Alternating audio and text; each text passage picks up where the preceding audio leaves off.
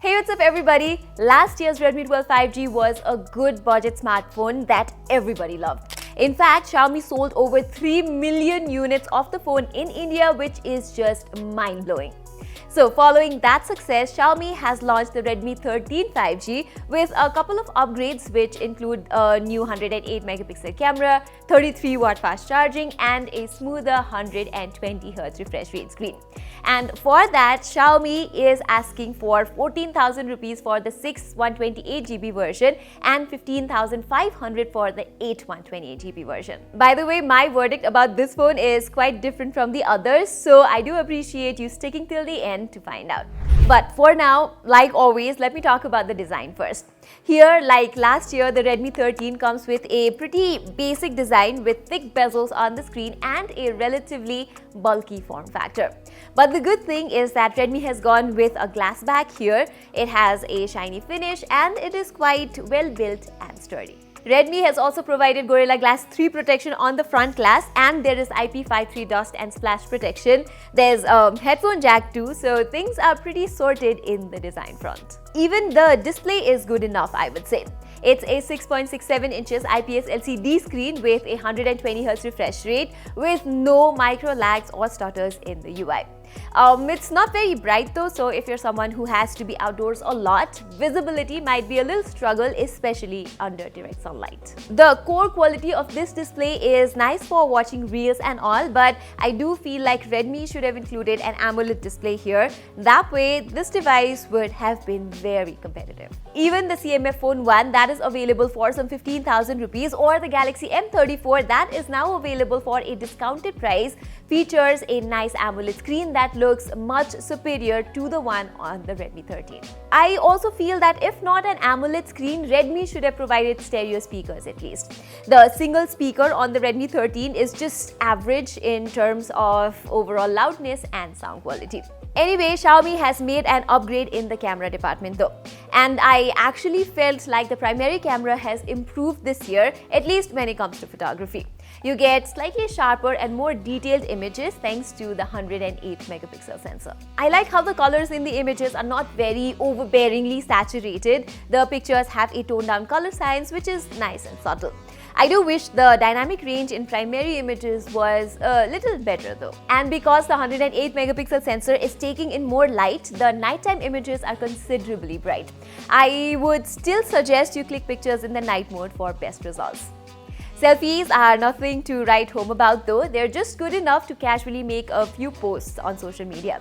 Also, the videography side of things here is just average and nothing more. Okay, moving on to the performance, I have to tell you that I'm a little disappointed here. This year, Xiaomi has decided to go with the Snapdragon 4 Gen 2 Accelerated Edition, which is almost the same as the Snapdragon 4 Gen 2 we got last year. Yes, the benchmark scores on the Redmi 13 5G are slightly higher than the Redmi 12 5G, but that is all. In real life usage, I barely felt any difference. With this, the Redmi 13 5G can do normal low power tasks like running social media apps and all fairly smoothly, and there are no lags when multitasking with 3 to 4 light apps either. But if you open a lot of apps in the background, the phone gets slightly laggy. And if you're a casual gamer, you can play PUBG smoothly at around 30 FPS here. You do have the option to stretch the FPS till 40, but the gameplay will get slightly stuttery once in a while. You can play other popular games like Mobile Legends at lower settings too.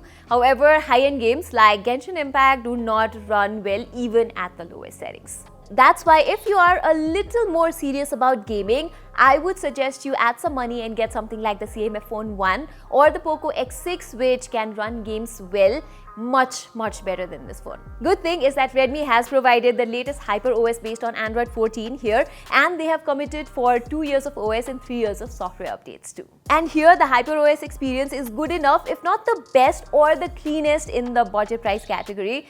Turning off all the ad recommendations and all and uninstalling the bloatware really helps for a more cleaner software experience. Another aspect where the Redmi 13 5G is good at is the battery life.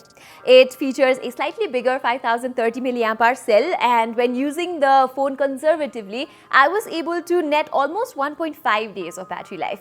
Charging this phone is comparatively faster too, with the 33-watt charger that is included inside the box. This phone takes around 1 hour and 10 minutes to get fully juiced up. Alright, so now is the verdict time that you guys have been waiting for.